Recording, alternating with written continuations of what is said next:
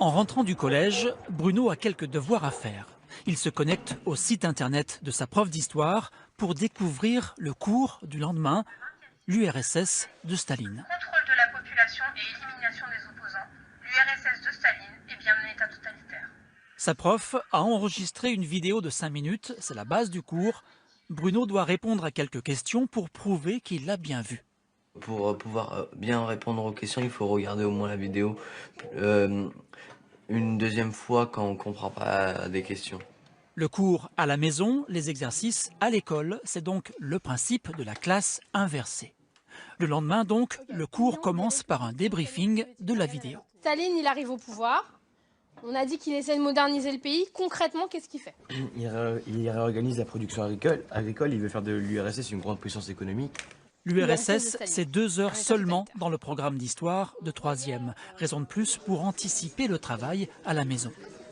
J'ai plus compris le cours sans que la prof nous explique. Du coup, ça nous fait gagner du temps sur le cours aujourd'hui. Parce que du coup, on a eu des explications hier. Lors du procès, ils les éliminent.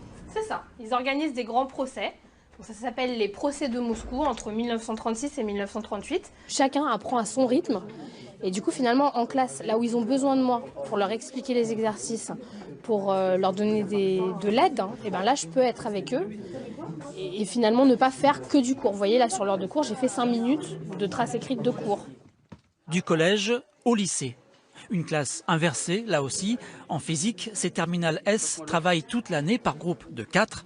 La professeure supervise juste les travaux pratiques. Ce qui fait 600 nanomètres. C'est pas moi qui apporte le savoir, c'est l'élève qui va lui-même le chercher. C'est pas moi, je suis pas entre le savoir et l'élève, je suis vraiment derrière l'élève pour l'aider à accéder à tout ça. Chaque groupe boucle son trimestre à son rythme. 1 mètre seconde, voilà. On fait le cours nous-mêmes, donc c'est vachement mieux dans le sens où on apprend par nous-mêmes. Si par exemple on a envie de faire un exercice ou on fait un TP, on peut le travailler par chez nous parce qu'on a le cours à l'avance, on n'a pas besoin d'attendre le professeur.